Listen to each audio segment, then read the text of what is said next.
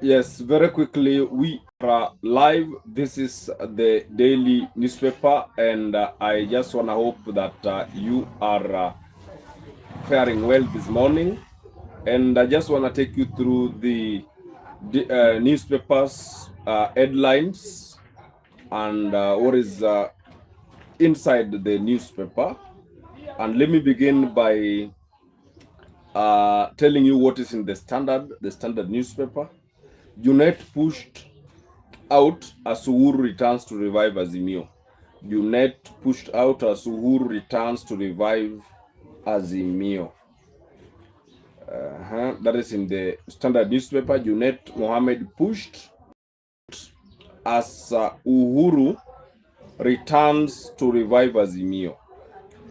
Former President Uhuru Kenyatta on Monday chaired a rare Azimio Council meeting and announced leadership changes in the coalition party, which points President who is warming up to another duel, though indirectly with his former deputy President William Ruto. So according to the Standard, Uhuru appointed Kalonzo Musyoka and among other people including Karoli Omondi, the MP for Suba South, as the SG of Azimio la Umoja, taking over from Junet. So Junet pushed out as Karoli Omondi ushered in as the new SG of ODM. That is something there. Another story that is in the Standard. Another story that is in the Standard.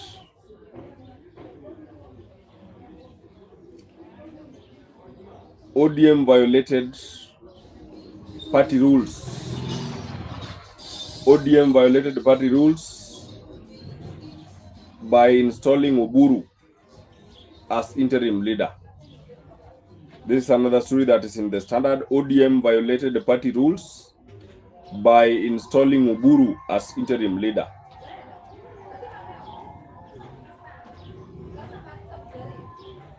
ODM Secretary General Edwin Sifuna has challenged the constitutional validity of Oburu Odinga installation as interim party leader, saying the process violated party rules.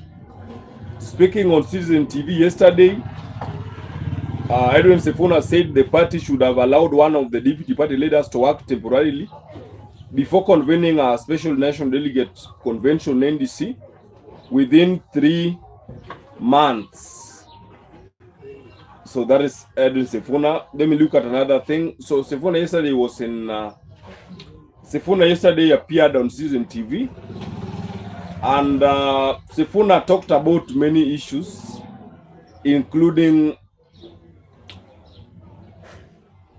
Dr. Oburu's position as the party leader of ODM. And according to Edwin Sifuna, Dr. Oburu was not supposed to be the party leader of ODM, because ODM, remember, had 3 deputies. We had Abnud Swamad Sharif, we had Simbarati, and we have Osotsi. So actually 3 deputy party leaders could not succeed Raila. They had to go and pick Oburu or select Oburu. So the SG of ODM highlighted all those issues yesterday on Citizen TV. Another issue that is in the Standard is this: why Ruto's brilliant development project might end in history's dustbin.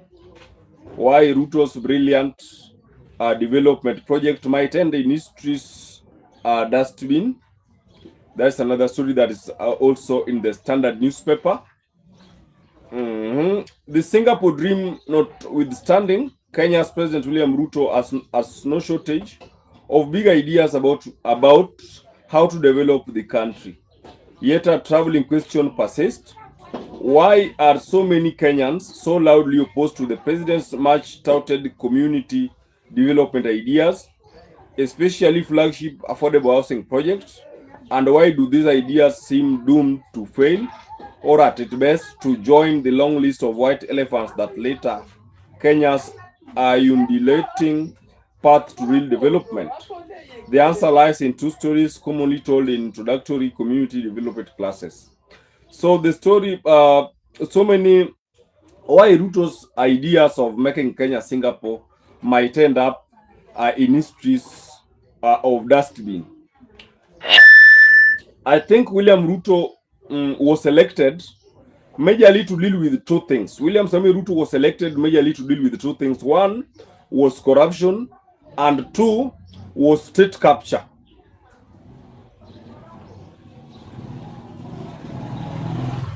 William Ruto was elected to deal with state capture and corruption. And when Ruto now seems to have failed in dealing with the two, I think the Singapore dream or Singapore dream is not making sense, because Kenyans elected William Ruto to correct the wrongs which Uhuru Kenyatta took or did, and solve the questions such as corruption, solve the issues such as state capture, and the moment Ruto failed to solve the issues of state capture and corruption, I think the whole story of Singapore doesn't make sense. So that is also focused in the Standard newspaper. Let me go to Daily Nation. Let me go to the Daily Nation. The Daily Nation. Daily Nation. Let me go to the Daily Nation newspaper. The Daily Nation newspaper. How IEBC Marjan Hussein's fate was sealed.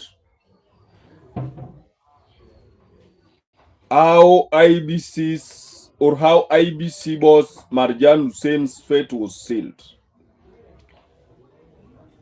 The Independent Electoral and Boundaries Commission, IEBC, on Tuesday, February 3rd, that is yesterday, sacked its chief executive officer, Mr. Hussein Marjan, less than a week after opposition leaders demanded this removal.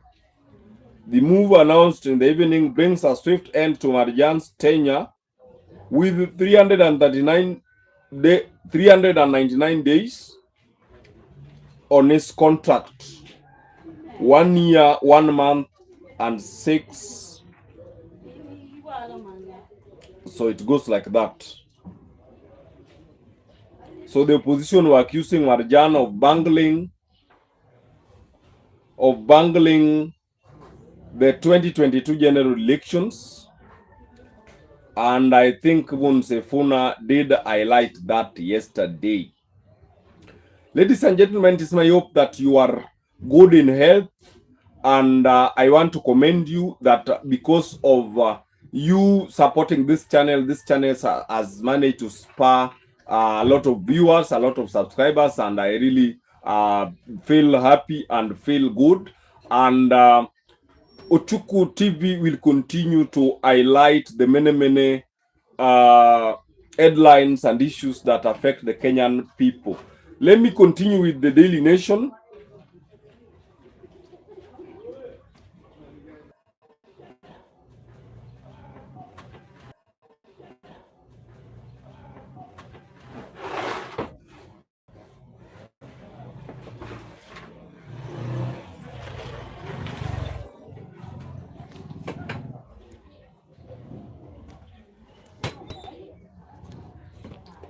I'm having internet problem because I'm using Airtel, but it's okay.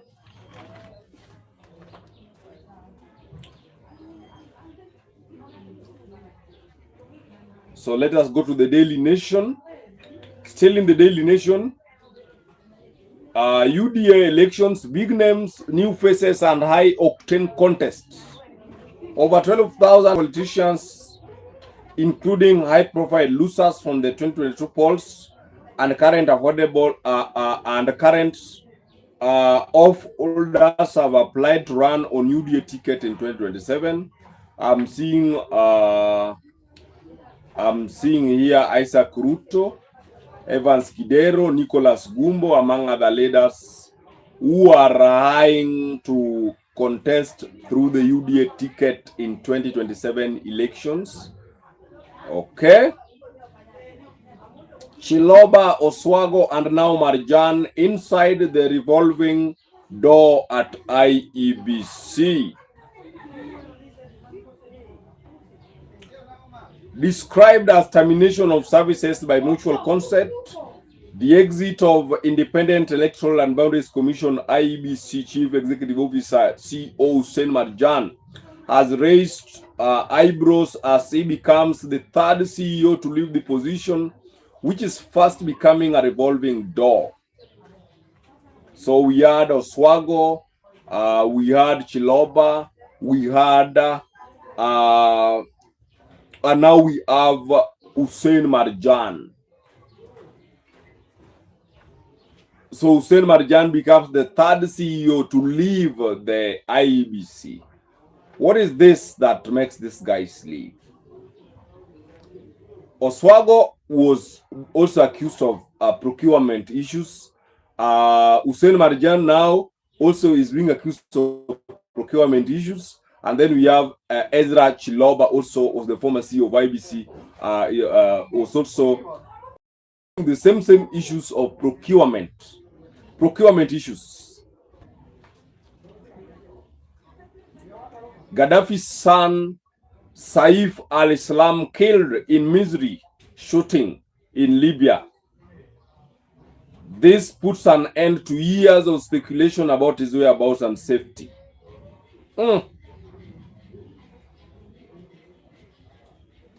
The most prominent son of late Libyan leader Muammar Gaddafi, Saif al-Islam Gaddafi, has been killed.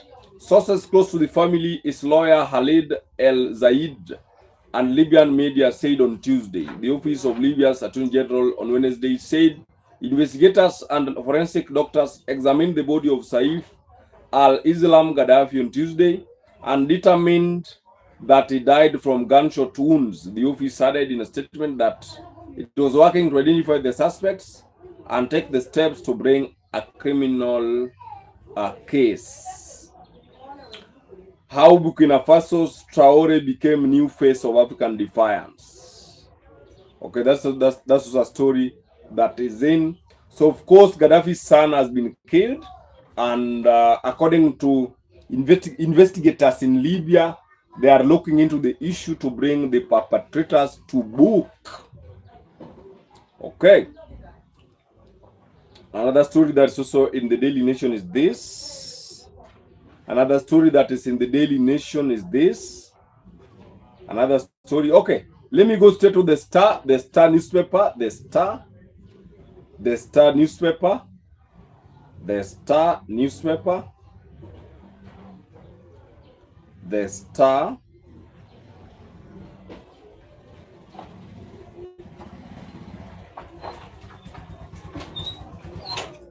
The Star newspaper. The Star newspaper.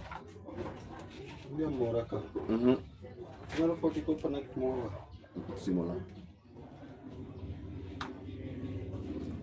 No, ID. The Star newspaper.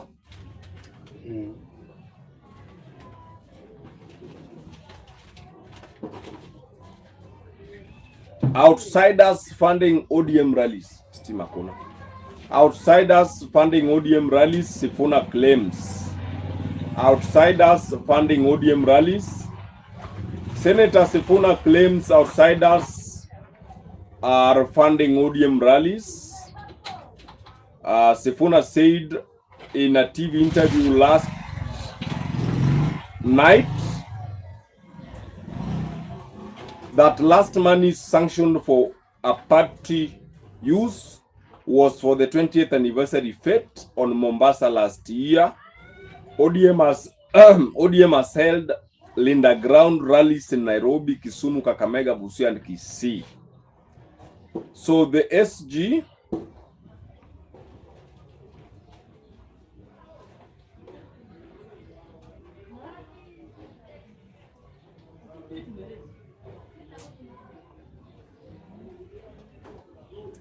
the Star,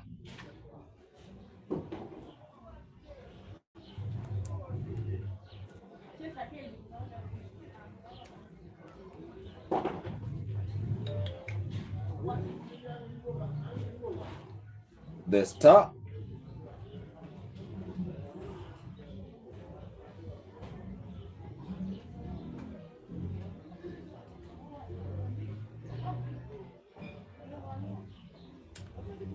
Sifuna said in a TV interview last night that last money's sanctioned for party use was for the 20th anniversary fete in Mombasa last year. So ODM has held Linda Ground rallies in Nairobi, Kisumu, Kisii, Kakamega, and Busia. The ODM SG Edwin Sifuna has questioned the source of what he described as massive resources used by his party in the Linda Ground rallies across the country. Sifuna said that as a signatory to the party's bank account alongside National Treasurer Timothy Busire, they have not signed all. I'm telling them that I'm very young. They are disputing that I'm not young. Guys, I'm having issues. But we'll continue to. So as I wind up with the Star newspaper, Senate panel tightens screws on Governor Njuki. I'm not Gachagua small, Sifuna. I'm not Gachagua small. So Sifuna basically talked about a raft of issues yesterday. It was amazing. It was very amazing. This one, I'm not Gachagua small. And I don't think Sifuna is Gachagua small. This is what Sifuna said on Citizen. I'm too big to be anyone small. Senator Sifuna fires back Gachagua small claims. Speaking in an interview at Citizen TV, Sifuna said the notion that he could act as anyone small was absurd. He emphasized that attending funerals is a matter of solidarity rather than political alignment. I'm too big to be anyone small. People should be Sifuna smalls, he said, challenging critics to explain what being Gachagua small actually means in the context of Kenyan politics. In fact, that burial of Gakuyas, it was the first time I met Gachagua, and he was the deputy president then. So if there is a guest list of funerals, let them tell us. But you are not going to stop me from attending a burial of a colleague when a colleague has been bereaved, just because Gachagua is going to be there. I will go to that burial, you know. Okay. So that is also the Star have also focused on that. We are preparing seriously. IBC chair maps out roles. So IBC chair at the con, you better prepare. You better prepare, because I don't think 2027 elections is going to be peaceful. Who is saying that? 2027 elections, it's not going to be peaceful, because as we speak, the CEO Marjana has just resigned. Huh? The CEO of IBC has just resigned, and he resigned after the opposition told him to do so. We also, what Mbadi said, that it's not a must. He must be the CS for Treasury, that he has a lot of money.